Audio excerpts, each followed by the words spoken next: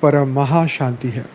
सभी का स्वागत है, परम परम स्वागत है एपिसोड नंबर 1257 में।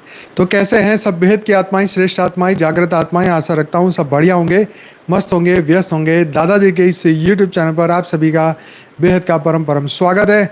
मैं हूं अनंत और सभी का स्वागत करता हूं लाइव मेडिटेशन रात को 10 से 11 में। तो आइए आप और हम मिलकर शुरू करते हैं आज का बढ़िया सा एपिसोड। तो भाई बहुत बहुत स्वागत है। और दिवाली के बाद आई थिंक 1 तारीख के बाद सीधा आज ही मुलाकात हो रही है। बाकी तो पॉडकास्ट आपको मिले। और 2 पॉडकास्ट हमारे तरुण के साथ हुए लाइव में। अब सीधे अहमदाबाद से आप सबका बहुत बहुत स्वागत है। तो वही कैसी रही आप सभी की दिवाली। आशा रखता हूँ आपकी सभी की दिवाली मस्त रही होगी।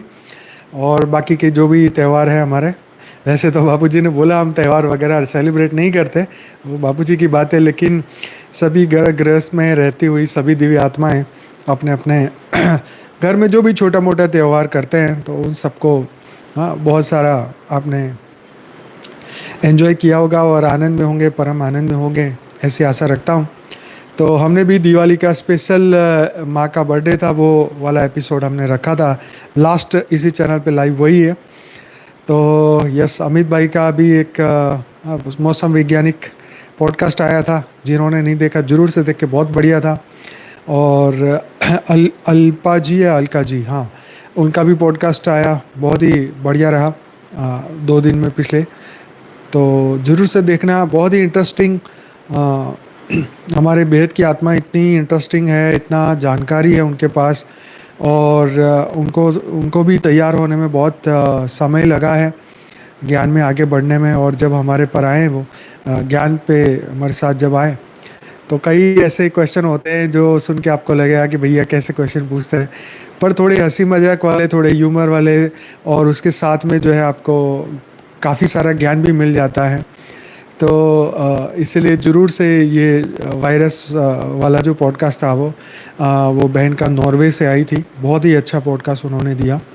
और हमारे मौसम वैज्ञानिक हरियाणा के, वो भी बहुत अच्छा था, अमित जी का।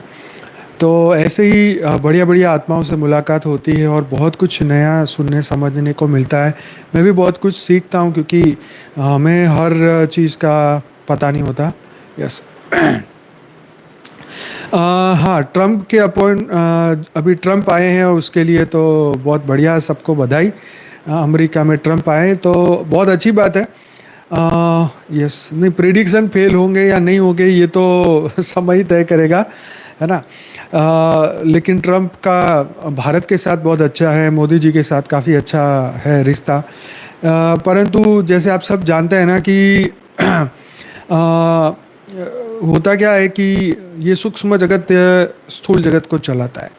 आज हम देखते हैं कि किसी के बारे में हम जब प्रिडिक्शन करते हैं, ठीक है, लेकिन उसका आगामी कर्म कैसा होगा ये तो कोई नहीं जानता ना।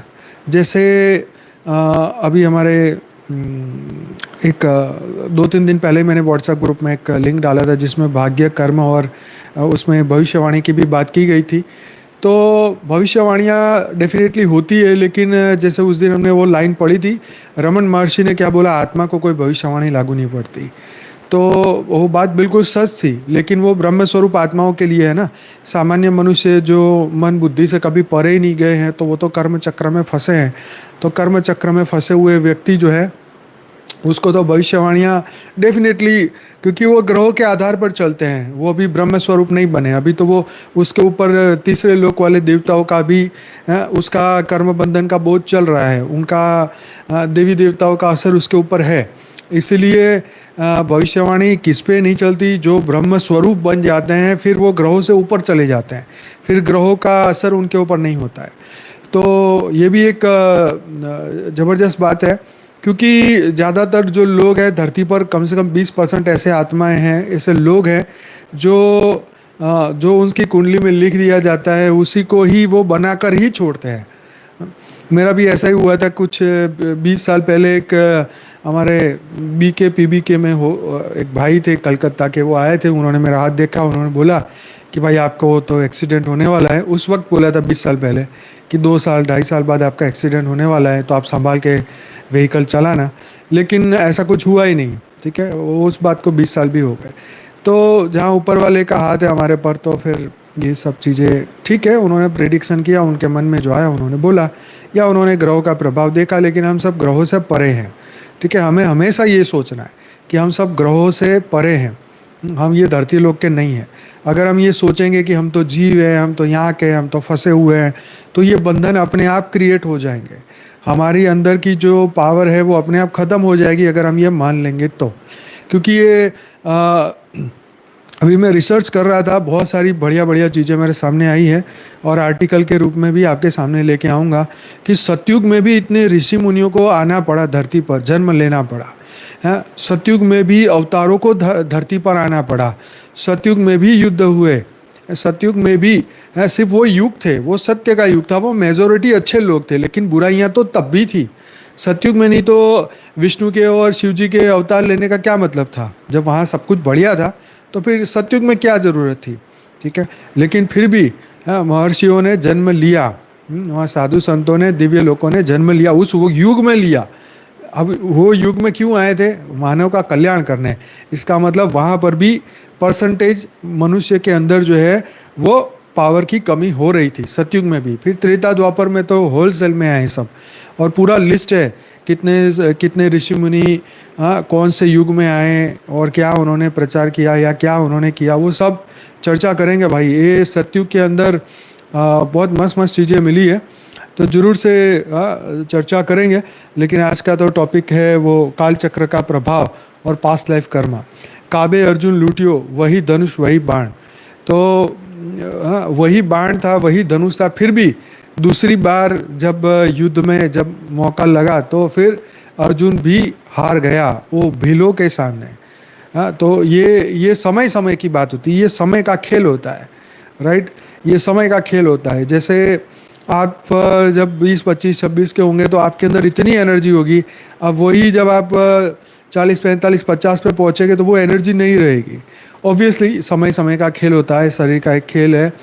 तो हाँ, अनुभव बढ़ जाता है, लेकिन शारीरिक शक्ति जो है उम्र के साथ धीरे धीरे चली जाती है। बुढ़ापे में आप कहो जी अब युद्ध करो तो क्या युद्ध होगा? कुछ नहीं होगा। तो ये समय का खेल है, मनोबल का खेल है, आत्मबल का खेल है। कभी मनोबल और आत्मबल के डिफरेंट के ऊपर भी क्लास करेंगे, क्योंकि सुपर डुपर ये बातें हैं जो मन के हिसाब से चलते हैं और जो आत्मा के हिसाब से चलता है। तो ये भी समझना पड़ेगा, क्योंकि ज़्यादातर लोग जो है मन के हिसाब से चलते हैं, आत्मा को जानते नहीं, आत्मा को मानते नहीं, आत्मा की जागृति में कोई इंटरेस्ट नहीं है। तो वो लोगों का कौन सी जागृति होने वाली? उनकी कोई जागृति नहीं होने वाली। मन को जागृत करने से अर्ध जागृत मन, ये मन वो मन, अल्लाह पर भाई मन को पावर तो आत्मा से ही मिलता है ना। तो आत्मा की चिंता करो पार्थ, है ना। तो आज इसी के ऊपर बढ़िया बात होने वाली है, तो बने रहिए हमारे साथ। और बाकी ट्रम्प आए तो अपना काम करेंगे, हमारे लिए तो इंडिया के लिए अच्छा है। लेकिन ये जो विश्व युद्ध हो रहे हैं वो कोई ट्रम्प आने से रुके नहीं रुके, ये तो अब समय तय करे, क्योंकि ये सूक्ष्म जगत का खेल है, एक दो बंदे का खेल नहीं है। वाइब्रेशन डेफिनेटली, ये ज्ञान ज़्यादा से ज़्यादा दुनिया तक जाए तो उसके लिए दिव्य आत्माएं पुरुषार्थ करके विश्व में परम शांति के लिए कुछ कर सके तो बढ़िया है। और हमें तो अपना करना ही है, बाकी जो समय तय करेगा, जो सूक्ष्म जगत वाले तय कर रहे हैं वो तो हो ही रहा है। और आज से नहीं हो तो कई कल्पों से हो रहा है, कई युगों से हो रहा है, ये तो हो ही रहा है। ठीक है, हम तो ज्ञान देके सबको अपनी मूल स्वरूप को उनको पहचानने में मदद करते हैं, ताकि सदा काल के लिए, अनंत काल के लिए आत्माएं जीवन मुक्त हो जाए और ये जीवन मृत्यु के चक्र से यहाँ से जल्दी मुक्त। तो चलो आज की चर्चा करते हैं शुरुआत। और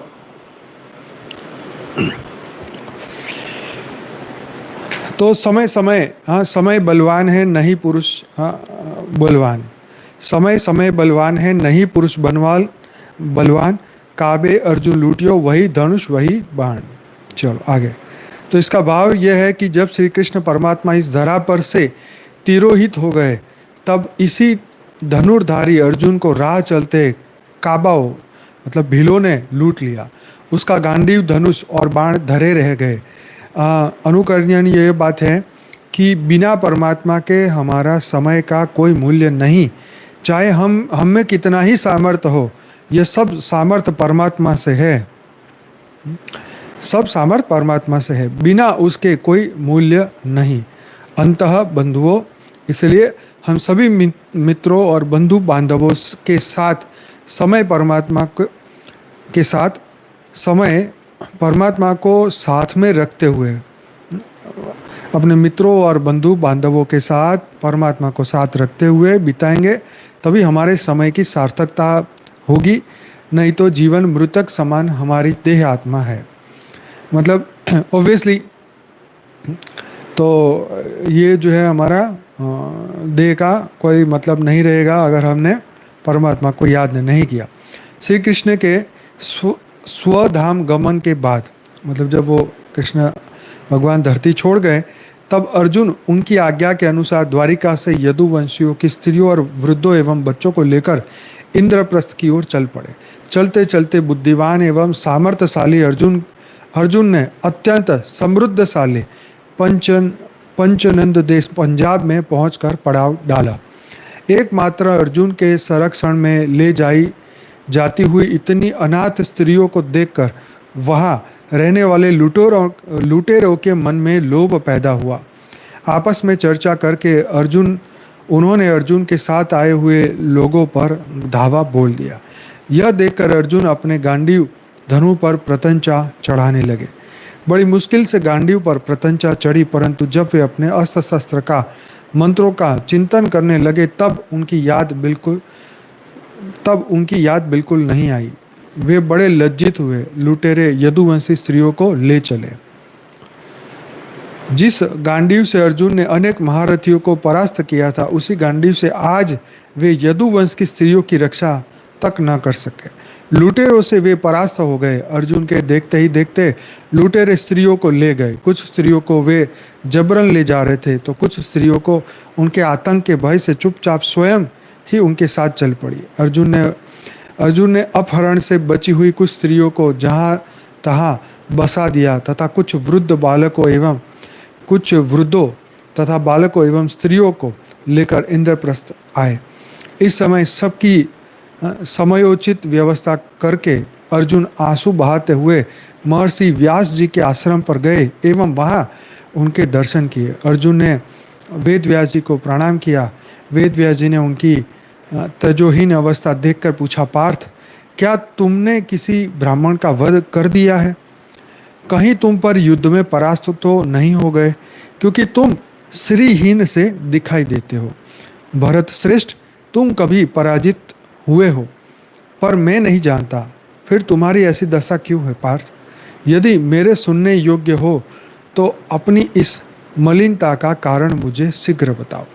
तब अर्जुन ने कहा, भगवान श्री कृष्ण ने अपनी लीला समेट ली है।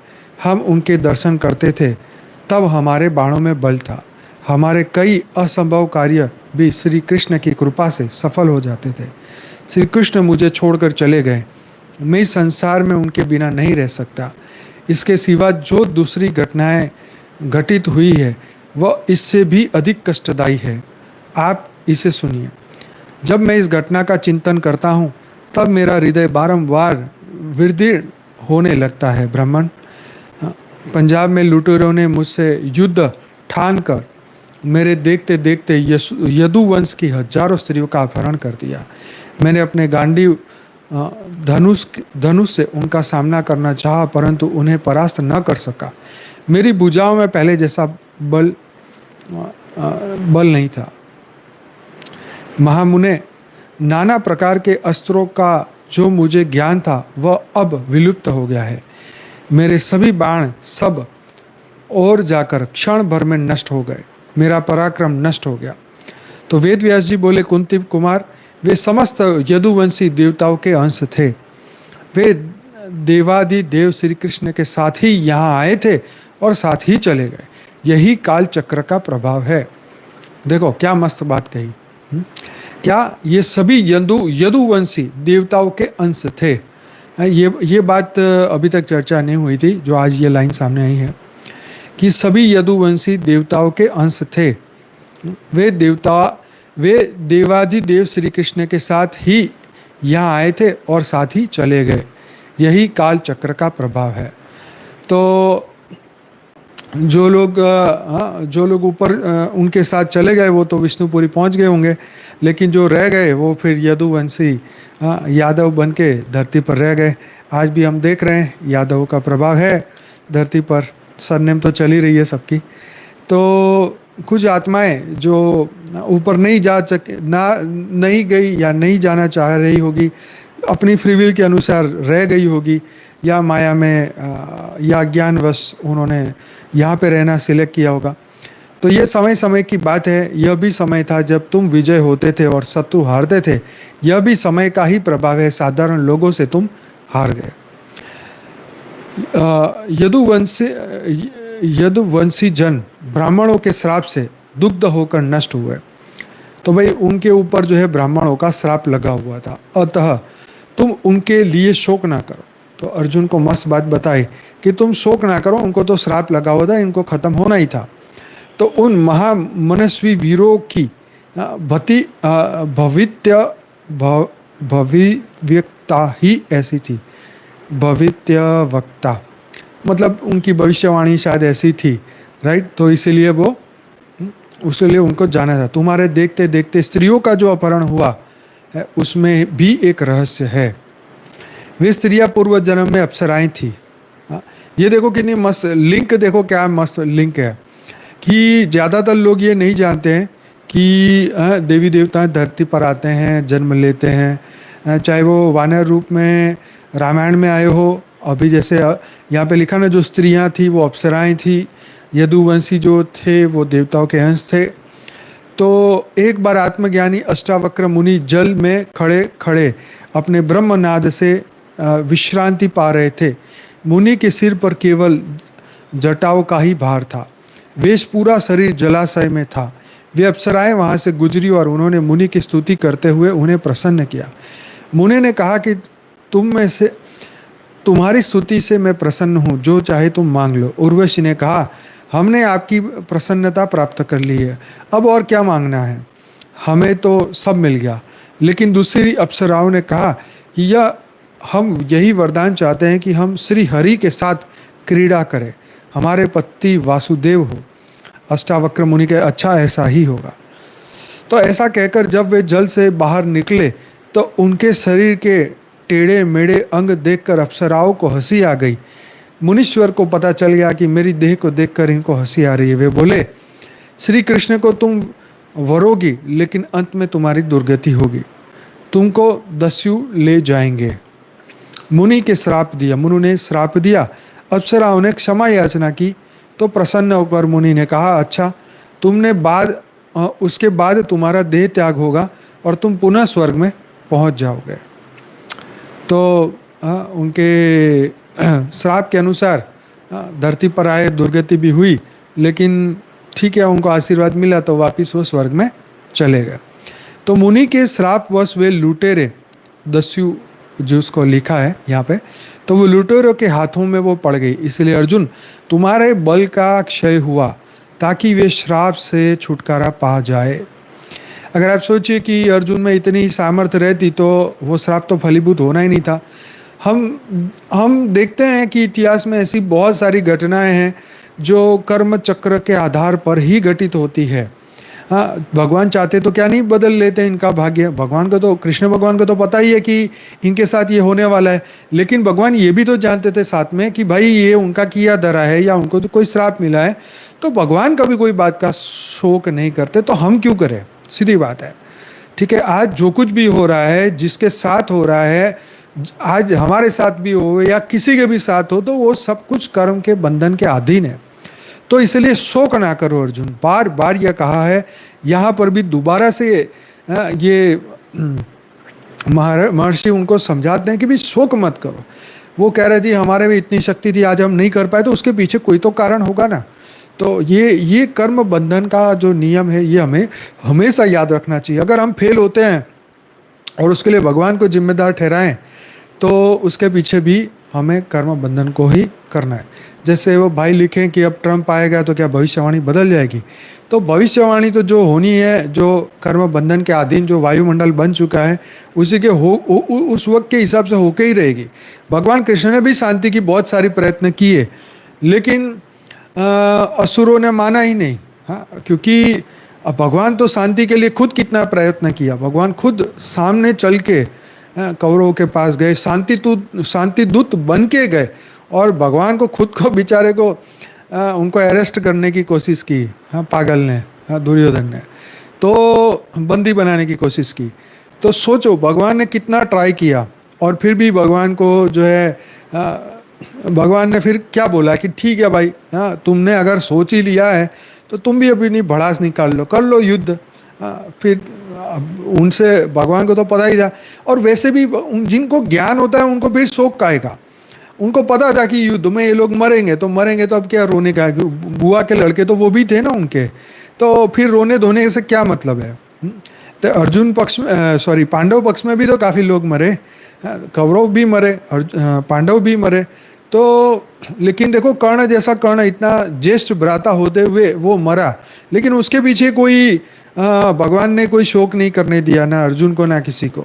बल्कि उसका टायर फंस गया था तो उनको बोला भाई उसका ज्ञान उसको कार्य में नहीं आया उसको। तो ऐसा आपने देखा है, ये भी एक कर्म का फल है। ज्ञानी बहुत है लेकिन सेवा नहीं करते, किसी को ज्ञान दान महादान नहीं करते। तो ज्ञान नहीं दोगे तो क्या होगा, तुम्हारा ज्ञान तुम्हारे काम नहीं आएगा। तो जो परमात्मा ने तुम्हें दिया है, तुम्हारी दिव्य बुद्धि तुम्हें दी है, तो वो बुद्धि का लाभ किसी ना किसी के लिए तो होना चाहिए ना। इसलिए पॉडकास्ट चैनल बनाए कि कोई ना कोई आके अपना अच्छा एक्सपीरियंस शेयर करे, ताकि दुनिया में कोई ना कोई जो है उसको देख के आने वाले समय में अपने व्यू बदले, अपनी नास्तिकता को छोड़े, अपने इष्ट से जुड़े, अपने परमात्मा से जुड़े, जिससे भी जुड़ना है जुड़े, लेकिन अपनी बुद्धि को बदले। तो ये ये हमें सीख मिलती है कि शोक ना करो। भगवान तो जानते ही से कितने लोग मर जाएंगे, लेकिन कितने लोग फिर से पैदा हो जाएंगे, वही लोग फिर से पैदा होंगे। भगवान ने तो उनको और पाप करने से रोकने के लिए मारा कि इनको मार अर्जुन, इनको नहीं मारोगे ये तो पापी, महापापी, परम पापी बन जाएंगे, इनको ख़त्म कर, ताकि नया जन्म मिलेगा तो नई शुरुआत मिलेगी, फिर एक कर्म चक्र समझने का उसको मौका मिलेगा, फिर एक नया जन्म मिलेगा। हो सकता है उस वक्त उसको समझ में आ जाए, कुछ अच्छे ऋषि मुनि या अच्छे संत, अच्छे कुल में जन्म हो तो फिर सुधर सके। तो इसलिए इस वक्त तो इनको मारना जरूरी है। इसलिए भगवान शिव ने भी अवतार लेके अर्जुन बार बार दिमाग में आ रहा है, तो बार बार उन्होंने असुरों को मारा। शिव जी ने भी मारा है, विष्णु ने भी मारा। क्यों मारा? वो भी तो ऐसे फूक मार के उनका मन बदल लेते, लेकिन नहीं है, रावण को भी मारा तो उनका मन बदल लेते, भगवान तथास्तु बोल के उसका मन बदल लेते, वो रावण आके पैर दबा लेता, तो ना उसको मारने की ज़रूरत पड़ती ना कुछ। लेकिन भाई ये जो ड्रामा बना है अभी, जो सोच समझ के ही बनाया होगा उन्होंने, अब चाहे अनजाने में बना हो, लेकिन बना तो है। कोई भी इसमें अपना बीच में पड़ना नहीं चाहते। अच्छा, ब्रह्म ऋषि दूसरे नक्षत्रों से आते हैं, दूसरे स्टार से आते हैं, तो ऊपर से क्या वो देखते नहीं होगे अपने टीवी में कैमरे से? हम लोग यहाँ आज का मनुष्य, कलयुग का मनुष्य घर के बाहर CCTV लगा के बैठे बैठे देख रहे हैं, घर के अंदर से बैठ के घर के बाहर की चीज़ें देख रहे हैं। तो क्या ऊपर सूक्ष्म जगत वाले CCTV लगा के देख नहीं हो रहे होंगे कि धरती लोक पे ये मनुष्य क्या कर रहे हैं? क्या ब्रह्म ऋषियों को दिखाई नहीं दे रहा कि यहाँ पे क्या होने वाला है? लेकिन फिर भी वो इंटरफियर नहीं करते। इवन तब लोग में बैठे हुए भी वो भी इंटरफियर नहीं करते। विष्णुपुरी में बैठी हुई आत्माएं भी इंटरफियर करने नहीं आती। तो हम क्या बोलते हैं, हम भी गुस्से में होते हैं कि मरेगा, मरना है तो मरे, अपने क्या, कितनी बार समझाएं, कितनी बार बोले, है ना। तो बापू जी तो बोलते हैं ना, ऊपर CCTV में सब दिख रहा है, सब देख रहे हैं तुम्हें, तुम्हारा स्वागत भी होगा, तुम्हें देख भी रहे हो, तुम्हारा पुरुषार्थ भी देखेंगे, तुम्हारा त्याग भी देखेंगे, तुम्हारा हर प्रयत्न वो देखेंगे। तो ये बिल्कुल परम सत्य है।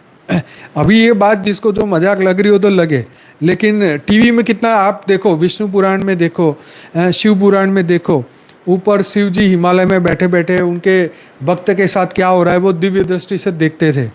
पार्वती उनको बताती थी शंकर जी को, देखो देखो तुम्हारे भक्त के साथ क्या हो रहा है। विष्णु के साथ वो लक्ष्मी बैठ के बताती थी, देखो देखो देखो तुम्हारे भक्त के साथ क्या हो रहा है, देखो तुम्हारे भक्त को खाना नहीं मिल रहा, देखो तुम्हारे भक्त के साथ क्या हो रहा है। तो वो ऊपर बैठे बैठे सब देख रहे हैं। यस, बापूजी बोलते हैं सुपर कंप्यूटर में सब कुछ रिकॉर्ड हो रहा है, और ये परम सत्य है। देखो सुपर कंप्यूटर में तो रिकॉर्ड हो ही रहा है, साथ में हमारी आत्मा में भी रिकॉर्ड हो रहा है। ये सबसे बड़ी बात है कि जो हम संकल्प कर रहे हैं, जो हम विचार कर रहे हैं, ये एक धरती लोक के एक जीव में भी रिकॉर्ड हो रहा है। एक जीव दूसरे जीव को खा रहा है तो वो भी रिकॉर्ड हो रहा है। हाँ, ये सूक्ष्म जगत की जीवों का भी रिकॉर्डिंग हो रहा है। एक वायरस अगर मनुष्य के अंदर प्रवेश करके वो मर रहा है, हाँ, तो सोच के देखिए कि कहीं ना कहीं तो कुछ तो वो एनर्जी के एक्सचेंज हो रही है। किसी ना किसी की फ्री विल किसी के ऊपर थोपी जा रही है। कहते हैं जिसकी लाठी उसकी भैंस वाली बात जो है ना, जो गुंडे दादागिरी करते हैं, जो डॉन बने फिर रहे हैं, जो आज हॉलीवुड बॉलीवुड पता नहीं कितने वुडू को चला रहे हैं, ये सभी का रिकॉर्डिंग हो रहा है, सभी जीवों का रिकॉर्डिंग हो रहा है। तो ये एक इसलिए कहते हैं ना, कोई कर्म से छूट नहीं सकता। तो इसलिए गीता में भी भगवान ने कहा कि श्रेष्ठ कर्म करो, अपना कर्तव्य करो। कर्तव्य पालन बंधन कारक नहीं है, राइट। तो हम बंधते नहीं है, कर्तव्य पालन ये बंधनों से मुक्त करता है, बंधन नहीं लगता। इसलिए अपना कर्तव्य करो, इसलिए कोई चिंता मत करो। नियत कर्म तो करना ही है शरीर को चलाने के लिए, लेकिन साथ में फ्री विल का सही उपयोग करके अपना कर्तव्य ज्ञान भी दुनिया तक पहुंचाना है। तो भाई आगे बढ़ते हैं। अब वे अपना पूर्व रूप और स्थान पा चुकी है, अतः उनके लिए भी शोक करने की आवश्यकता नहीं है। तो इसीलिए अर्जुन को बता रहे हैं, मुनि बता रहे हैं कि ये जो लूटी गई हैं, जो औरतें लूटी गई हैं, जिनको बिल उठा गए या जो सुसाइड कर लिया, जो मर गए, वो सबका कल्याण हुआ है। वो अपना पूर्व रूप प्राप्त कर चुकी है, इसलिए तुम उसके लिए दुखी मत हो, राइट। एक वीडियो में बापूजी ने बोला कि बांग्लादेश के हिंदुओं पे या कोई और जगह पर भी हिंदुओं पे जो कुछ भी अत्याचार इस वक्त हो रहा है, तो पूर्व समय में उन्होंने भी किसी के साथ किया होगा, तो कर्म के बंधन के अधीन आज वो भी भुगत रहे हैं। नहीं तो फर्स्ट क्लास इंडिया में जन्म होता तो क्या प्रॉब्लम था, लेकिन वहाँ पर अगर जन्म लिया है तो कहीं ना कहीं कर्म बंधन उनको वहाँ खींच के ले गए हैं। अगर भारत में भी जन्म हुआ है तो वहाँ पर भी नौकरी के चक्कर में विदेशों में पहुँच गए हैं, वहाँ जाके उनके साथ अत्याचार हो रहा है। तो कलेक्टिव कर्म के अधीन सबके साथ हो रहा है भाई, कोई बच नहीं सकता इस कर्म के नियम के अनुसार।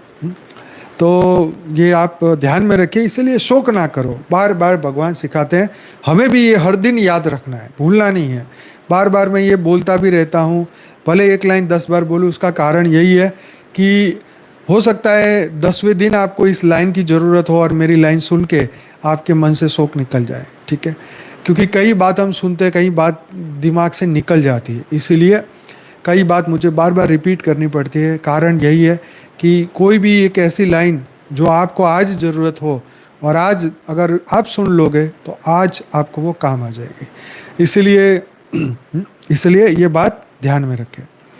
जो स्नेहवश तुम्हारे रथ के आगे चलते थे, सारथी का काम करते थे, वो करते थे, तो वे वासुदेव कोई साधारण पुरुष नहीं, अपितु साक्षात चक्र गदाधारी पुरातन ऋषि चतुर्भुज नारायण थे।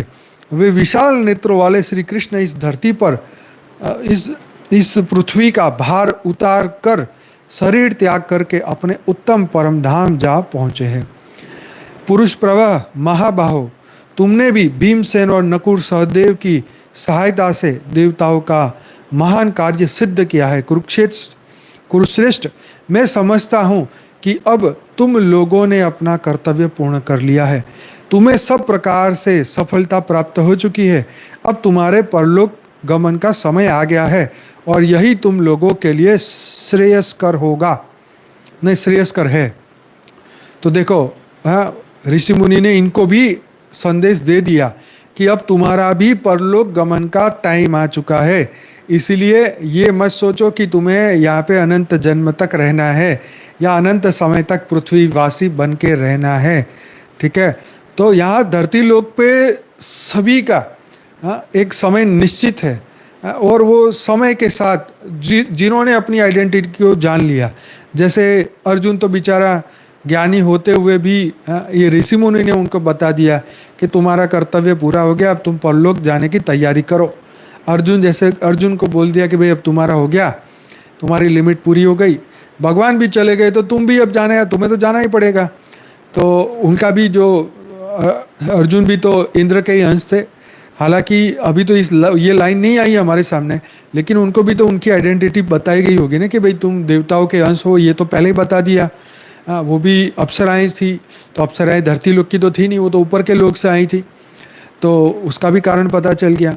तो हमारे सनातन शास्त्र के अंदर हर चीज़ का रीज़न बताया गया है, इसलिए कोई ये ना कह सके कि हमें तो पता नहीं था जी, ऐसा थोड़ी ना होता है, हमें तो कुछ बताया नहीं। भाई तुम्हारे लिए तो सब कुछ लिखा गया, बताया जा रहा है। बहुत हम कोई पहले नहीं है, कई लोगों ने, कई ऋषि मुनियों ने, संतों ने बताया है। पर अब ये समय आ चुका है कि ये जो अनंत आत्माएं जो इस वक्त धरती पर अनंत ब्रह्मांडों से आई हुई है, ये भी ये बात सुने।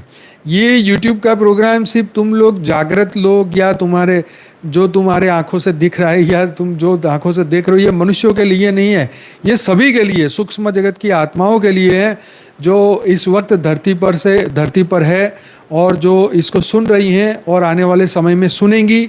अगर नहीं सुन पाएंगी तो इसके शब्दों के वाइब्रेशन से उनको मैसेज मिलेगा, या वो अपने सूक्ष्म जगत में वो देखेंगी, या आने वाले समय में। इसलिए ये वीडियोस भी रिकॉर्ड हो रहे हैं कि उनको भी ये सत्य का ज्ञान हो, राइट। ये आने वाले समय में, आज के समय में और फ्यूचर के लिए ये वीडियो रिकॉर्ड हो रहे हैं। तो ये हमेशा याद रखें कि जो कुछ भी होता है किसी न किसी के लिए तो हो रहा है। ऐसे ही यहाँ पे कोई धरती पर नहीं आया है, तुम भी धरती पे आए हो तो कोई ना कोई एक ऐसे रीज़न के कारण आए हो, किसी ना किसी के कारण आए हो। जैसे भगवान श्री कृष्ण आए थे, पांडव भी आए थे, देवताएं भी आए थे, तो कोई ना कोई पर्पस से आए हो। अब आपको कौन जागृत करता है, समय जागृत करता है या कोई दिव्य आत्मा जागृत करती है, मैं करता हूँ या बापूजी करते हैं या कोई हमारी बेहद की आत्मा जागृत करती है, ये तो मुझे नहीं पता। लेकिन जो ज्ञान सुनते हैं, धीरे धीरे धीरे अपने अंदर की सभी मलिनता खत्म कर देते हैं, वो स्वतः ही जागृत हो जाता है। बस अंधकार धीरे धीरे अपनी आत्मा के प्रकाश को जागृत करना है, अंधकार स्वतः ही खत्म हो जाएगा। ठीक है, अंधकार खत्म हुआ, प्रकाश जागृत हुआ, आत्म जागृति, आत्म साक्षात्कार हो जाएगा, ब्रह्म साक्षात्कार हो जाएगा, परमात्मा का साक्षात्कार हो जाएगा, अपना स्वरूप का ज्ञान हो जाएगा, अनुभव हो जाएगा, सब कुछ हो जाएगा। कुछ नया झाड़ फूक करने की या पैदल करके मन को संभालने की ज़रूरत नहीं है। बस प्रकाश में रहने का अभ्यास करो, अपने आत्म स्वरूप में रहने का प्रयत्न करो, खूब आनंद में रहो, खूब परम लाइट, परम प्रकाश के ओरा में रहो और जीवन मुक्त बन जाओ। कोई दुख तुम्हें सता न सके, ये बात अपने दिमाग में डाल दो। कोई भी दुख में इतनी ताकत नहीं कि आपको वो सता सके। आपके अंदर इतनी शक्ति है कि आप जो चाहो, हाँ, वो आप कर सकते हो। परंतु हम वही करेंगे जो विश्व के कल्याण के लिए, बेहद के विश्व के कल्याण के लिए जो होगा वही हम करेंगे। सभी आत्माओं के हित में हम करेंगे, सभी दिव्य आत्माओं के हित में हम करेंगे। तो भाई ये समय आ चुका है और हर दिन हम आगे बढ़ते जा रहे हैं और आज 12 लाख सब्सक्राइबर भी हो चुके हैं, आप देख रहे होंगे। तो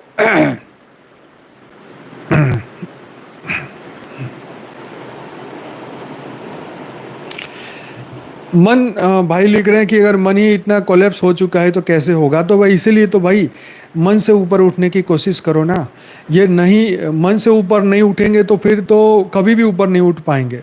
इसीलिए जो भी दुख आ रहा है वो कर्म बंधन के अधीन आ रहा है। ठीक है, भगवान श्री कृष्ण के सामने भी आया, ऋषि मुनियों के सामने भी आया, सबके सामने आया, लेकिन बस एक ही बात, जो भी आ रहा है बस वो खत्म होने के लिए आया है। आत्मा हमारी अनंत सूर्यों की समान पावरफुल है। तो मन की चिंता मत करो, आत्मा की चिंता करो। बार बार ये लाइन में इसलिए बोलता हूँ कि ये आपके दिमाग में भी छप जाए। जब भी मन दुखी हो तो ये बात याद रखो, आत्मा की चिंता करो, आत्मा की चिंता करो, क्योंकि यही मन करोड़ों बार जन्म लेता है और इसी के कारण जन्म लेना पड़ता है, क्योंकि वासनाएं रह जाती, इच्छाएं रह जाती है, कामनाएं रह जाती है। ये जन्म में नहीं किया तो अगले जन्म में करूँगा। अरे पर भाई क्या ज़रूरत है, कितना करोगे, कितने जन्म लोगे। और अगले जन्म में कोई तुम्हें ज्ञान नहीं मिला तो, कहीं किसी महामूर्ख के घर में जन्म ले लिया तो, कोई तुम्हारा चाचा मामा ऐसा महामूर्ख मिल गया तो, शकुनी की तरह जैसे उसकी दुर्योधन की हालत कर दी पासा खेलते खेलते, ऐसा कोई मामा चाचा दादा ताऊ कोई मिल गया तो फिर क्या होगा। ज़रूरी तो नहीं कि हर बार तुम्हें दिव्य आत्मा के घर ही तुम्हारा जन्म हो, है कि नहीं? तो सोच के देखो, एक बार भी अगर गलत जगह पे कर्म बंधन खींच गया और कोई गलत जगह पे जन्म हो गया तो तुम्हारा तो जन्म हो गया पूरा। हाँ, फिर कितने जन्म उसको लेके ठीक करना पड़ेगा। और ये ज्ञान तो इतनी आसानी से तो मिलता नहीं। ये तो अच्छा है मुफ्त में घर बैठ के यूट्यूब में मिल रहा है, ये ऊपर वालों की देन से। यूट्यूब ना होता तो ये कितने पंडाल घूमते फिरते, कहाँ जाते आप, कहाँ जाके हरिद्वार में कोई शिविर ढूंढते कि हमें ज्ञान मिल जाए। क्या बेहद का ज्ञान की कोई शिविर मिलती है आपको हरिद्वार में? सोचिए कहाँ जाते हैं ज्ञान के लिए। तो इसीलिए ये सब सूक्ष्म जगत की दिव्य आत्माओं की वजह से ये टेक्नोलॉजी आई और ये दुनिया तक पहुंची है। इसलिए उन सभी लोगों का धन्यवाद जो विजिबली और इनविजिबली हमें नहीं दिखाई देते, लेकिन धरती पर उनके अच्छे प्रभाव के कारण, उन लोगों के त्याग और तपस्याओं के कारण आज हम यहाँ तक पहुँचे हैं। ये सोचिए, हमें हर पल ग्रेटिट्यूड देना चाहिए। अगर हमें ज्ञान समझ में आया है और हमें ज्ञान का एहसास हुआ है, हमें ये रियलाइजेशन हो रहा है कि किसी ना किसी के कर्म के कारण आज हमें ये ज्ञान पहुंचा है, किसी की सेवा के कारण वो एडवर्टाइजमेंट हमारे सामने आई और वीडियो देखा और आज हम ज्ञान में आए और हमारा कल्याण हुआ, तो उनका भी कल्याण होना चाहिए जिनके द्वारा, किसी के त्याग और तपस्या से आज हमें ये ज्ञान मिला है।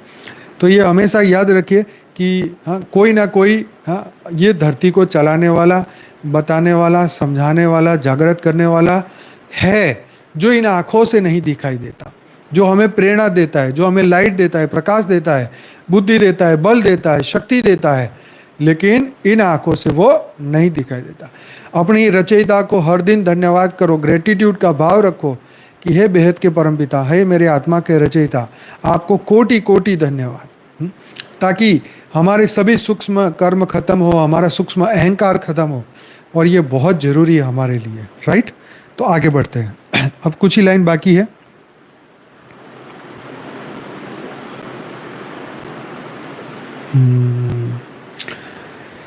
तो भरत नंदन, जब उद्भव का समय आता है तब इसी प्रकार मनुष्य की बुद्धि, तेज और ज्ञान का विकास होता है। जब विपरीत समय उपस्थित होता है तो इन सब का नाश होता है। धनंजय, काल ही इन सब की जड़ है। संसार की उत्पत्ति का बीज भी काल है और काल ही फिर अकस्मात सबका संहार कर देता है। तो काल का प्रभाव सब पर पड़ता ही है। अतः मनुष्य को चाहिए कि वह कालातीत श्रीहरि के तत्व में विश्रांति पाले। श्रीहरि के तत्व में विश्रांति पाले तो फिर उतार चढ़ाव की तकलीफें नहीं सहनी पड़ेगी। तो वेद व्यास जी कहते हैं, अर्जुन, अब तुम भी अपने भाइयों समेत परम गति को प्राप्त हो जाओ। हिमालय में जाकर तप करो, इंद्रियों को मन में, मन को बुद्धि में, बुद्धि को अपने पर ब्रह्म परमात्मा में लीन करो, तभी तुम्हें शांति मिलेगी। इसी में तुम्हारा परम कल्याण निहित है। जिसके साथ श्री कृष्ण थे, ऐसे अर्जुन को भी इंद्रियों को समेटकर मन में, मन को बुद्धि में और बुद्धि को अपने वास्तविक स्वरूप में लाना पड़ता है। यही बात अगर हमें भी समझ में आ जाए तो हमारा भी बेड़ा पार हो जाए। तो देखो, जो आप कह रहे हैं ना कि हम मन को कैसे कंट्रोल करें, तो अर्जुन को उस युग में भी करना पड़ रहा था, तो आज हमें भी ये करना पड़ेगा, हर एक को करना पड़ेगा, कोई अछूता नहीं है इससे। इसके लिए समय बचाकर अंतर्मुखी होना चाहिए। अंतर्मुखी नहीं हुए तो महाराज, समय बड़ा बलवान है। यही वही बात, समय के फेर से सभी कोई ऊंचा तो कभी कोई नीचा, कभी तो कोई धनवान तो कभी निर्धन, कभी कोई राजा तो कभी कोई रंग, कभी कोई व्यक्ति कुटुंब जनों से पूजा जाता है तो कभी कोई उन्हीं से धिक्कार जाता है। यही व्यक्ति जो दुकान पर था, कमाता था, बच्चों के लिए परिश्रम करता था, मकान बनाता था, तो सबका प्रिय लगता था। जब वो बूढ़ा हो गया, दुकान चलने के लायक ना रहा, तो घर में अपने ही बेटों से दुत्कारा जाता है। वही व्यक्ति था जो सप्ताह भर के लिए एकांत में मौन मंदिर जाना चाहता था, तो घरवाली रोती थी, बच्चे रोते थे। जब बूढ़ा हो गया तो लोग मनोतियाँ मानते हैं कि काका का कुछ हो जाए, यह बूढ़ा मर जाए तो अच्छा, समय बड़ा बलवान। तो ये बात सच है। आज हम तपस्या करने जाते हैं तो 100 विक्षेप आते हैं। कुछ अच्छा करने जाते हैं तो घर वाले ही नहीं करने देते, कि है घर वाला ये हो जाएगा वो हो जाएगा, तो अच्छे कर्म में सभी बाधा डालते हैं। तो क्या करें, अब धरती लोक है, हाँ, किसी का मन वासना में है, किसी का मन कहीं है, तो इसीलिए दिक्कतें तो सबके सामने आनी ही आनी है। हाँ, कर्म बंधन तो सबके सामने आने वाला है।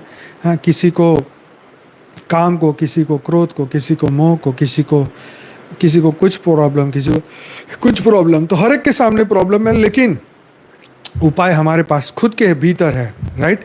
तो इसलिए इस जन्म को परमात्मा के लिए लगाओ। हाँ, अपनी बुद्धि को परमात्मा के हाँ, अपनी बुद्धि को परमात्मा में लगाओ और तैयार हो जाओ बेहद की दुनिया में जाने के लिए। यस। तो मेघा अग्रवाल जी, हमारे इंग्लिश वीडियो का जो प्लेलिस्ट है, जिसमें मेरे ख्याल 250 से ज़्यादा वीडियोस है इंग्लिश में, ज़रूर से देखिए। पूरा इंग्लिश का प्लेलिस्ट है आपको, आई थिंक 250 के आसपास प्लेलिस्ट है। तो रिसेंटली जितने भी वीडियो अपलोड हुए वहाँ से आप देखना शुरू करिए। इंग्लिश में लेटेस्ट 30 वीडियो का तो हमने प्लेलिस्ट बनाया है स्पेशल।